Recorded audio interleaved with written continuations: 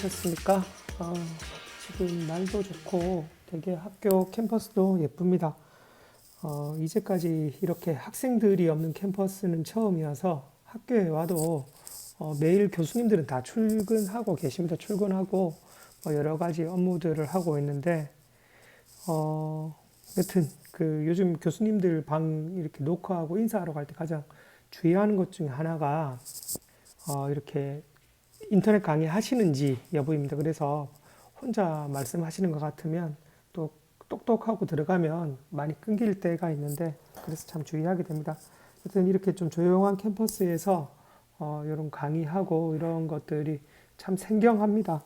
여러분들 어떻게 지내는지 궁금하기도 하고 오늘 지금 교무회의가 한참 진행되고 있는데 이 결과에 따라서 여러분들이 그 2학기, 1학기 계속 온라인 강의를 하느냐, 아니면 뭐 학교에 5월부터 등교를 하느냐가 결정될 것 같습니다. 그리고 그 결정에 따라서, 그리고 그 질병대책본부에서 어떻게 그 자가격리 가이드라인에 따라서 여러분들 실습을 어떻게 할지는 아마 5월 초쯤 이렇게 대강 윤곽이 나올 것 같습니다. 오늘 연구 방법론은 그 논문 쓰는 법에 대해서 이야기를 할 것입니다. 논문 쓰는 법들 읽어보고 그 다음 차수부터는 여러분들 최신 논문들을 읽어보면서 아니면 좀 오래된 논문이지만 이것은 충분히 읽을 가치가 있다라는 논문들을 저와 함께 읽어보겠습니다. 그리고 제가 논문을 어떻게 읽는지 읽어드리겠습니다. 자, 논문 쓰는 법. 여러분들 논문 다 써봤죠? 그런데 그거 제대로 썼는지 한번 살펴봅시다.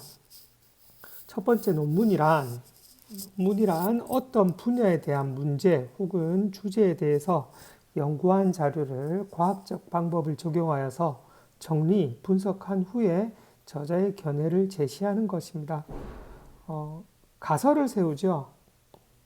예를 들면 늘 많이 썼던 것들인데 새로운 가설을 하나 들어봅시다. 물리치료적인 예를 들어보는 것이 여러분들에게 가장 도움이 되겠죠. 딱히 떠오르는 것이 전기치료가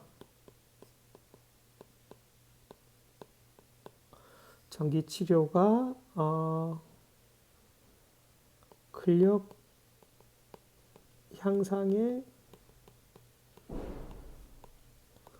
도움을 줄까라는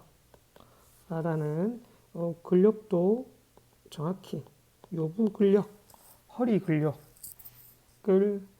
이런 가설을 세웠다라고 합시다. 전기치료가 요부 근력 향상에 도움을 줄까? 물론 그냥 일반인들 다 하기 그렇다라고 하면 조금 더 구체화 시킨다라고 하면 요통 환자에게 적용된, 자, 그러면 대상도 구체적으로 명확해지고 어떠한 방법, 그 전기치료를 통해서 하는 겁니다. 전기치료는 나중에 어떠한 것들 ICT로 특정했다라고 봅시다. 그러면 이것에 대해서 이런 가설을 세우고 이것을 검증하기 위해서 객관적 자료들을 모으기 시작합니다. 전기치료를 했더니 EMG로 근력을 측정했다라고 합시다. EMG 혹은 등척성 장비로 근력을 볼 수 있겠는데 그 중에 하나가 전기적 신호를 분석하는 EMG 혹은 이 사람이 이 객관적 자료의 신뢰성을 높이기 위해서 등척성 허리 펴는 동작하는 장비로 이런 것들로 힘주세요 해서 5초 동안 힘 딱 주고 처음 1초하고 마지막 끝 꺾어내고 그 3초 동안 이렇게 평균 근력값 혹은 최고 근력값 측정하는 그런 장비들이 있습니다. 제가 예전에 근무하던 병원에 이런 것들을 테스트 한참 했었거든요. 익스텐서도 하고 플렉서도 하고 이런 것들이 있었는데 여튼 이러한 것들로 해서 이러한 데이터를 확립했다라고 봅시다. 그리고 상관성을 보기 위해서 전기 치료를 어느 강도로 했는지, 뭐 전기 치료 종류는 ICT로 특정하고 강도는 뭐 인텐시티 뭐 10 이렇게 설정할 수도 있고, 혹은 대상자가 만족하는 정도, 나 이 정도면 좋아 라고 하는 정도를 기준점으로 두고 이렇게 했다라고 합시다. 뭐 두 가지 다 객관적 데이터로 쓰일 수 있을 겁니다.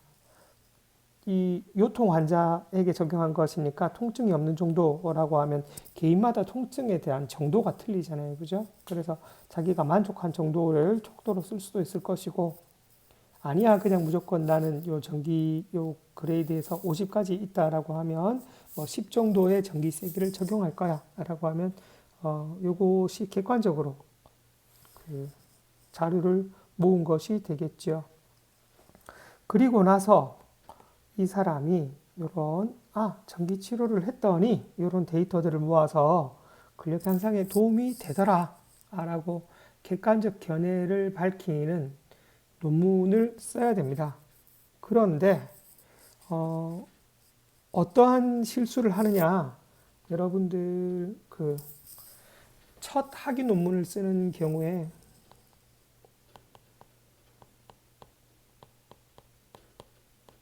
여기서 특히 학사생들, 학부생들이 하는 실수가 무엇이냐,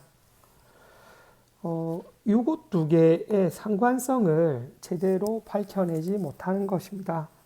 무슨 말이냐? 이거 한번 치우고 갈게요.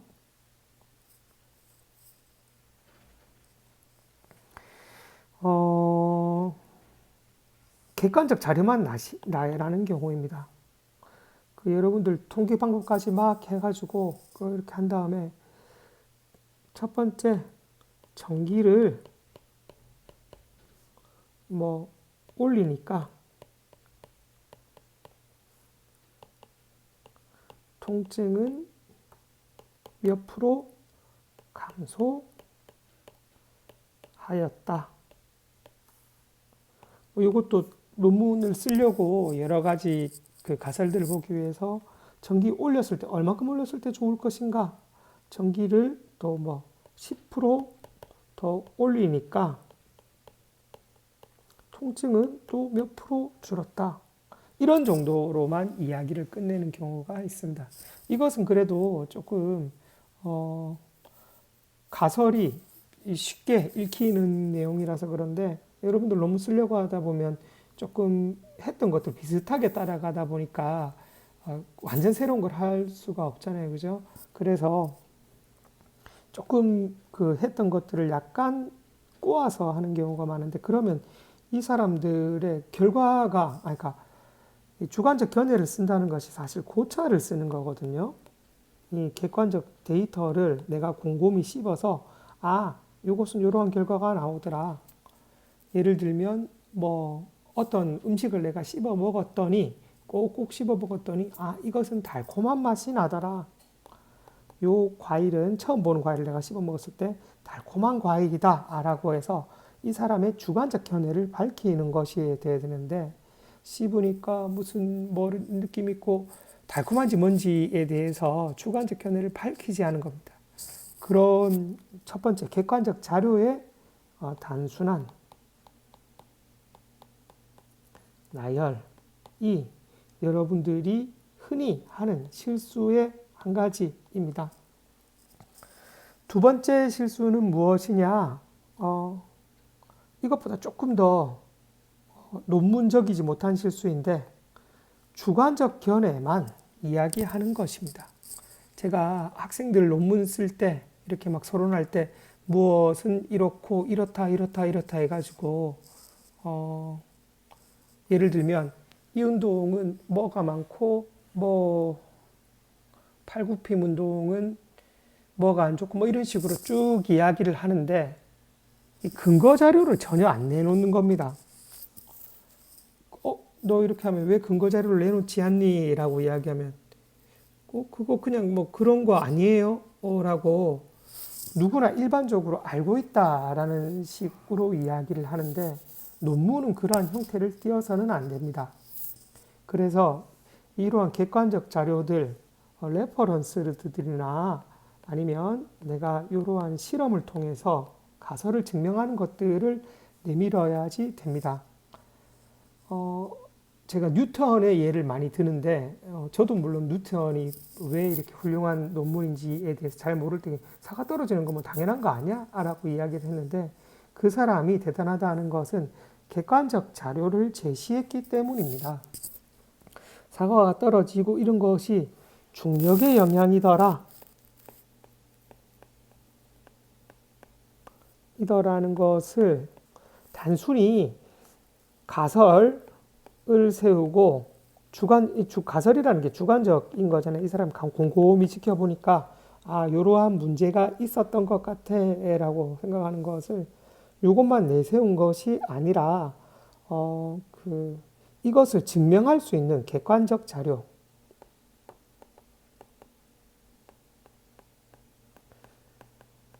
증명해내서 이것이 인정을 받은 겁니다.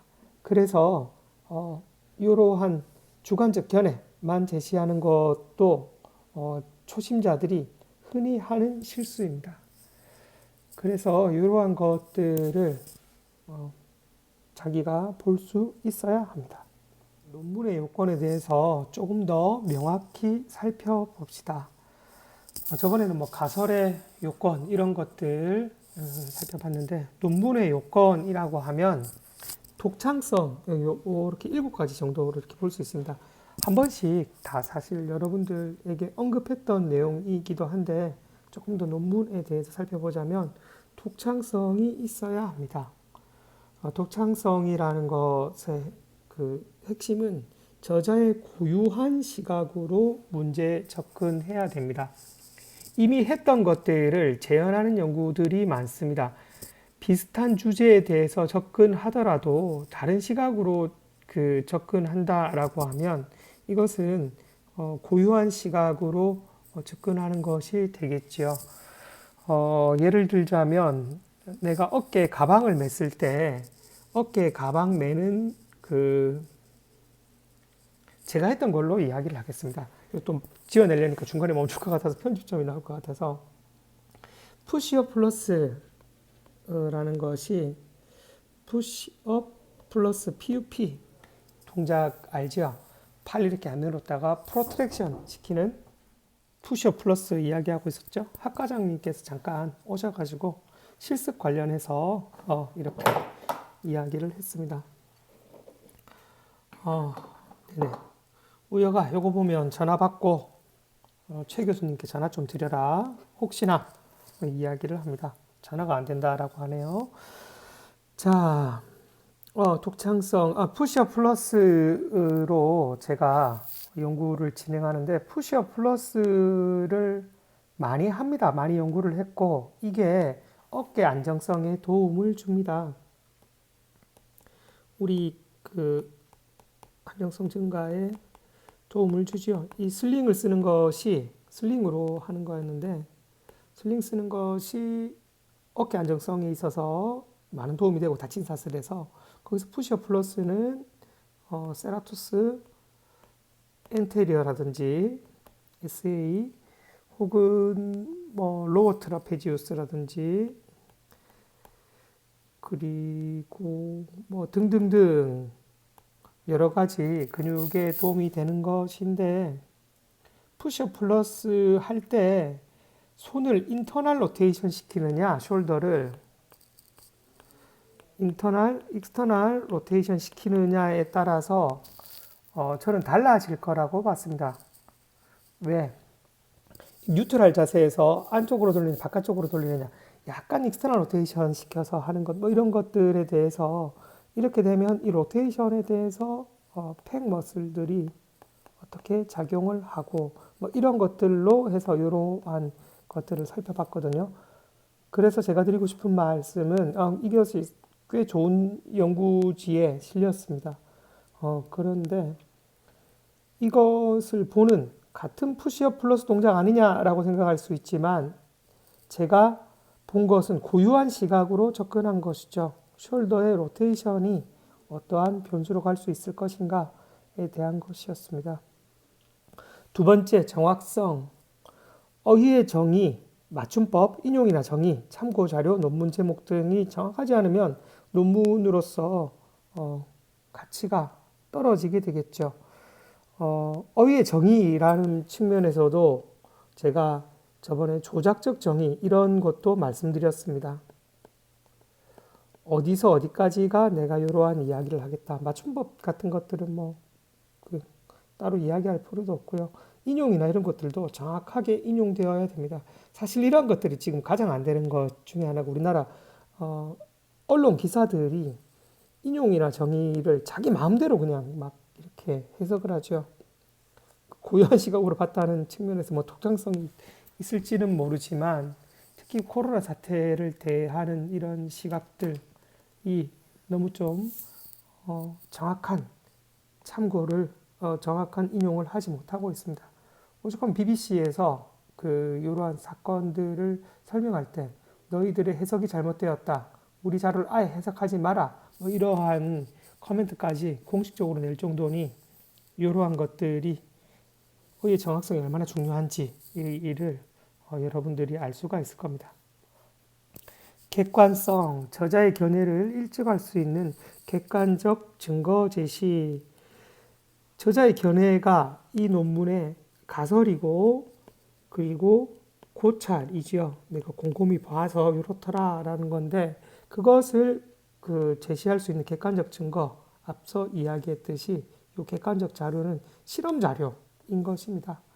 그러한 근거를 제시해야 되고 평이성, 쉽게 읽을 수 있는 명확하고 간결한 문장으로 구성. 이 평이성에 대해서 제가 요즘에 계속 다윈에 관한 책들을 조금 이렇게 진화론적으로 좀 어떻게 보다 보니 읽고 있습니다. 그런데 다윈의 책이 상당히 읽기 쉽도록 쓰여졌다라고 합니다. 요즘에는 또 어떤 사람이 읽다가 읽기 어렵다라고 이야기를 한다는데 그것은 그 시절 19세기 때 대부분 사람들이 농부였던 것, 농사 짓고 살았으니까 감안하면 충분히 이해될 수 있다 이렇게 하는데 쉽게 읽을 수 있어야 합니다. 그래서 저희 지도 교수님은 논문을 쓸 때 이런 이야기를 했다라고 합니다. 이런 이야기를 했습니다. 이 논문 쓴 거를 내 장모님한테 드려가지고 장모님이 읽고 이해할 수 있으면 나한테 가져와라. 즉 누구라도 이것에 광리를 넣는 사람도 읽어서 쉽게 읽을 수 있도록 만들어라는 것입니다. 사실 이것을 지키는 것은 참 쉬운 일이 아닙니다. 우리가 이런 사실들을 쓸 수 있는데 이것을 쉽게 풀어서 쓴다는 것은 쉽지 않은 일입니다. 여튼 그렇고요. 검증성. 다른 연구자가 반복 수행했을 때 같은 조건이라면 결과가 재현될 수 있어야 합니다. 우리가 같은 조건으로 연구를 수행했는데 안 된다라고 하면 이것은 이 사람의 논문은 검증성이 떨어지는 겁니다. 여러분들 썼던 논문들 다수가 물론 제가 학부 때 썼던 논문도 그럴 겁니다. 이러한 검증성이 좀 떨어집니다. 왜냐하면 우리가 실험을 제대로 잘 하지 못하거든요. 그냥 실험 어떻게 겨우 좀 얻어내고 이러니까 할 때마다 좀 달라지는 표준 편차가 상당히 큰 거죠. 근데 그런 논문들은 좋은 논문이 되지 못합니다. 만약에 좋은 논문을 썼는데도 결과가 달라진다라고 하면 이것에 어떤 다른 외제 변수들이 있는 것입니다. 생긴 외제 변수들, 외생 변수들이 이렇게 있는 것입니다. 일관성, 논점을 분명히 하고 내용의 일관성을 유지할 것. 이것도 사실 논문 처음 쓰는 사람들이 이것을 많이 놓칩니다. 저도 그랬습니다. 석사 논문 쓸 때 이야기하고 싶은 것들이 여러 가지가 있으니까 한 주제에서 이것도 이야기했다가 이것도 이야기했다가 이렇게 이야기되니까 제 딴에는 이것이 좋은 거라고 생각을 했는데 이 일관성이 떨어지는 겁니다. 그리고 데이터들도 이렇게 되려면 그냥 이것들은 각계의 연구로 더 이렇게 조금 더 심도 있게 디자인을 해서 하는 것이 맞지. 이것을 독립 변수들이면 여러 가지 들어가고 막 이런 식 복잡한 디자인을 낼 수 있는데 하나의 이야기를 계속해야 됩니다. 그렇다고 해서 너무 단순한 수준에서 이렇게 딱 비교하는 연구가 아니라 그것에 대해서 좀 깊이 있게 봐야지 좋은 연구가 나오겠죠. 어떻게 보면 그 논문을 쓰는 일을 업으로 하는 제가 여러분들 가리키면서 좀 더 열심히 해야겠구나, 잘해야겠구나. 제가 스스로에게 좀 뜨끔하기도 하고 그렇습니다. 윤리성, 거짓된 자료의 제시나 통계 조작, 표절 등의 행위는 하면 안 됩니다. 연구윤리에서 여기에 대해서 충분히 이야기를 했습니다. 논문의 종류에 대해서 살펴보겠습니다. 여러분들 논문 하면 우리말로는 그냥 논문 쓴다라고 흔히 이야기해서 그냥 한 가지 종류이다라고 생각하기 좋은데 이것도 여러 가지 논문이 있습니다. 과일 하면 뭐 여러 가지 있듯이 이것도 마찬가지인데 여러분들 그 이번에 썼던 게 테시스죠. 시시스 뭐 이렇게 발음을 하던데 어쨌든 저도 발음이 좋지 못하니까 이거 학위 논문입니다. 석사학위 같은 경우는 마스터 시시스라고 하고 박사학위는 닥터 시시스라고 합니다. 혹은 디설테이션이라고 박사학위는 따로 이렇게 칭하기도 합니다. 그 가장 일반적으로 요 학위 논문 말고는 아티클이나 페이퍼라고 합니다. 논문이 이렇게 학회에 있는 것들은 이런 것들은 아티클 혹은 페이퍼 이렇게 표현하고요. 리뷰라고 하는 것은 리뷰 논문은 종설 논문이라고 합니다. 그냥 리뷰라고도 요즘에는 외래어를 상당히 많이 쓰기 때문에 리뷰 논문 이렇게 많이 이야기합니다. 리뷰 논문은 지금 제가 여기 옆에 가져왔는데 전체적인 것들을 한번 다 살펴봐가지고 실험을 하는 것이 아니라 이제까지 했던 것들을 살펴봐서 여기서 결과를 내는 것입니다. 그래서 좀 난이도가 높습니다. 제가 학부생 때 논문 쓸 때 선배들한테 늘 조언을 물어봐요. 그럼 선배들이 늘 조언은 2개 했는데 그 중에 하나는 첫 번째, 절대 어떤 일이 있어도 논문 조장은 맞지 마라. 조장 맞지 마라는 것과 하나, 두 번째는 리뷰 논문을 쓰는 게 편할 거다 라고 해서 그때 몇 명이서 한 조, 8명 정도가 한 조를 맡았는데 우리 조 리뷰 논문 쓰자라고 했는데 교수님께서, 새로 오신 젊은 교수님께서 논문 지도하시면서 딱 못 박는 말씀이 너희들 리뷰 논문은 안 돼 이었습니다. 선배에게 들은 꿀팁이 다 사라지는 순간이었죠. 왜 리뷰 논문이 안 되냐라고 물어보니까 너희들은 그게 쓸 수 있는 수준이 아니야 라고 이야기를 하시더라고요. 뒤에 생각해보면 저도 아직은 리뷰 논문 한 편도 못 썼습니다. 리뷰 논문을 쓸 수 있는 수준이 제가 못 되기 때문에 못 썼습니다.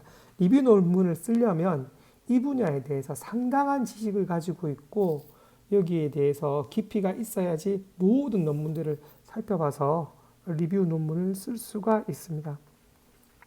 이 사진 뒤에 이렇게 제가 리뷰 논문을 흐릿하게 하나 넣었는데 이거 보면 Literature Review of Clinical Test for Lumbar Instability in Low Back Pain.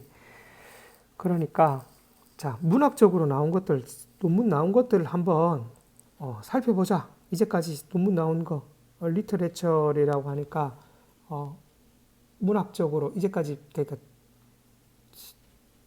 논문 나온 거, 페이퍼로 나온 거 다 보자. 어떤 거? 클리니컬 테스트, 그 임상적 실험, 어떤 거에 대한 룸바 인스타빌리티, 인 로어 백페인, 요통 안 있는 사람들에게 실시된 룸바 인스타빌리티, 허리 불안정성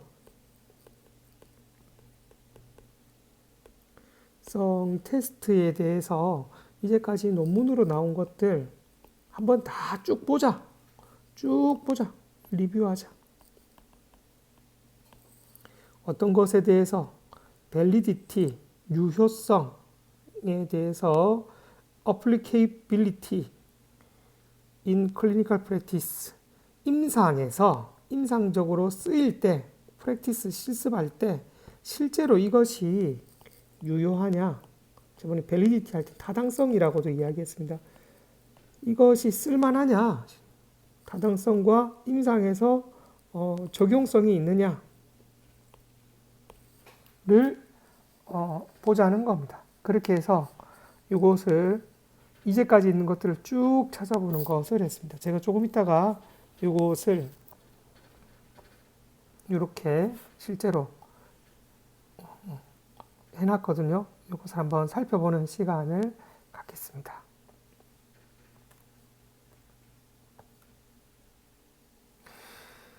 그리고 레터라는 것이 있습니다. 논문에서 레터는 편지죠, 그죠? 이런 것들도 있네요. 이 빠른 보고가 필요할 때. 지금 우리 코로나 바이러스, 코비드라고 이야기하거든요.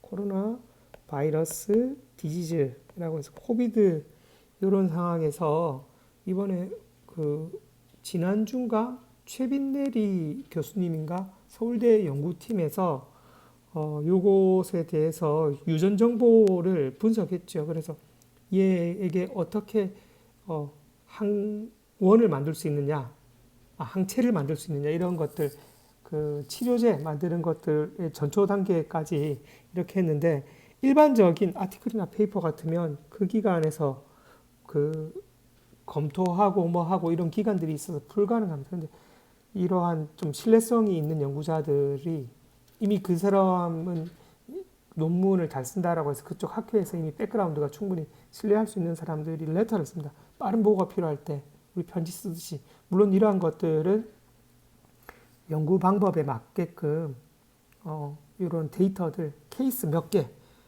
어제 제가 그 BBC 방송을 보는데 디스커버리 방송을 보는데 거기에서 코로나 바이러스 코비드에 대해서 요 중국에서 대책을 세울 때 그쪽에서는 지금 중국이 되게 대처를 잘했다면서 그러한 분석 자료를 했더라고. 4개의 케이스를 가지고 중국의 CDC에 보내서 여기 전문가들이 연구팀들이 분석을 해서 요 지도를 DNA 지도를 이렇게 분석해서 이거는 새로운 바이러스다. 제일 처음에 이게 새로운 건지 지금은 우리가 이것이 코로나 바이러스라고 이야기가 되지만 제일 처음 임상에서 여러분들 딱 봤다고 생각해 보십시오. 이상하게 뭐 똑같은 환자, 뭐 이런 그냥 환자 이렇게 생각하기 쉬운데 치료가 안 되고 하다 보니까 증상이 심해지고 하니까 큰 병원으로 계속 1차 병원, 2차 병원, 3차 병원 이렇게 갈 거 아닙니까? 큰 병원들에서는 연구실에서 이렇게 보니까 도저히 답이 안 잡히고 안 되다 보니까 이 환자들을 케이스 보고하고 이런 환자들은 계속적으로 이렇게 몇 명에서 증폭적으로 몇 명 왔다가 처음에 한두 명 왔다가 처음엔 한 명 왔대요. 그러다가 그 다음날 되니까 9명이 오고 기하급수적으로 이 사람들이 만났던 환자들이 오니까 CDC 케이스를 바로 이렇게 베이징으로 보냈다라고 합니다. 우한에서. 그래서 분석해 봐서 이렇게 나오는데 그러한 것들, 이러한 것들을 빠르게 보고하는 것이 이러한 레터가 되고 상당히 공신력 있는 네이처나 이런 곳에서 빨리 우한 여기서 코로나 바이러스에서는 어디에 보는지 모르겠지만 이러한 것들을 보고하는 것에 쓰이는 논문의 형태는 레터입니다. 그리고 클리니컬 트라이얼이라고 하는 것이 임상 시험인데 여러분들 지금 학교에서 하는 것 말고 병원에서 환자들을 대상으로 하거나 그런 것들 좀 좋은 논문을 쓰려고 할 때는 클리니컬 트라이얼, 물론 이때는 IRB를 획득해야 된다라고 이야기를 드렸고요. 요즘엔 크리스 넘버라고 해서 그 임상연구센터에서 보내서 이런 연구를 하기 전에 한 개 더 받게끔 또 합니다. 상당히 연구가 까다롭기도 합니다. 뭐 이런 것들이 있어야지 상당히 좋은 논문에서는 논문을 실어주기도 합니다. 그것 외에도 커멘터리, 오피니언, 에디토리얼, 페이퍼, 아티클 이렇게 해가지고 이러한 것들이 붙는 것들이 있는데 이러한 것들 어떠한 주제에 대해서 내가 이러한 논평이 있다. 아니면 대립된 주제에 대해서 예를 들면 이런 것이 있습니다. 카이로프랙틱 저널에서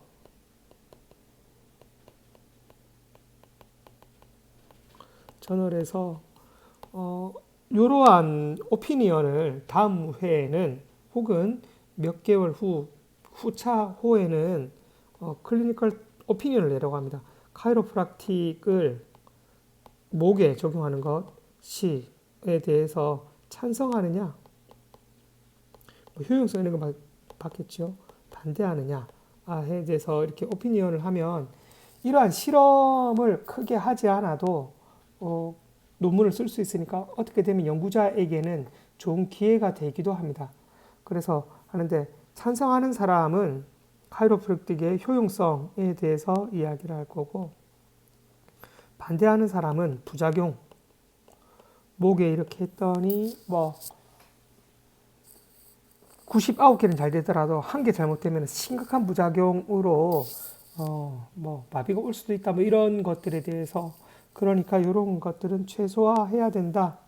뭐 이런 것들 목에는 우리 카이로프락틱에서 매니플레이션을 하는 것이 아니라 관절 조인트 플레이 정도 수준에서 낮은 수준에서 하는 것으로 중재 방법을 가야 한다. 뭐 이러한 것들에 대한 오피니언을 낸 것도 있었고요. 에디토리얼이라고 하는 것은 각 논문마다 에디터가 있습니다. 편집자들이 있는데 편집자가 가장 그 논문의 책임자가 되는 것이죠. 중요한 사람인데 그 사람들은 보통 편집자는 어떻게 주느냐? 그 학회에서 누구나 이름을 들어도 알 수 있을 만한 저명한 사람들에게 줍니다. 저는 근막 이런 거 있어가지고 논문 제출할 때 이 차이토우라고 해서 어퍼크로스 신드롬이나 이런 것들을 자기가 창시하고 책을 썼던 사람이 편집자인데 논문을 이렇게 내는데 이분은 상당히 옛날 방식으로 그냥 메일로 보내면 계속적으로 딴 데는 전자폼을 가지고 있거든요. 전자폼이 아니라 메일로 하나하나씩 수작업을 하는 그런 일을 하고 계시더라고요. 그러니까 1년에 3번밖에, 4번밖에 논문을 안 펴내는 것으로 했는데 실컷 제가 박사 논문을 이렇게 이분께 드렸는데 이분이 돌아가신 거예요. 그래서 이것을 못하고 이분에게 리뷰 받아볼 수 있는 그런 영광을 놓쳤는데 어쨌든 이분이 그런 에디토리얼을 씁니다. 앞으로의 방향성이라고 하든지 어떻게 가야 하느냐 물리치료사가 그 분야에서 이러한 것들을 간혹 쓰기도 합니다. 이러한 논문의 종류들이 있습니다. 제법 많지요. 네. 그리고 조금 있다가 요것도 제가 한번 살펴볼게요. 어떻게 되어 있는지. 네.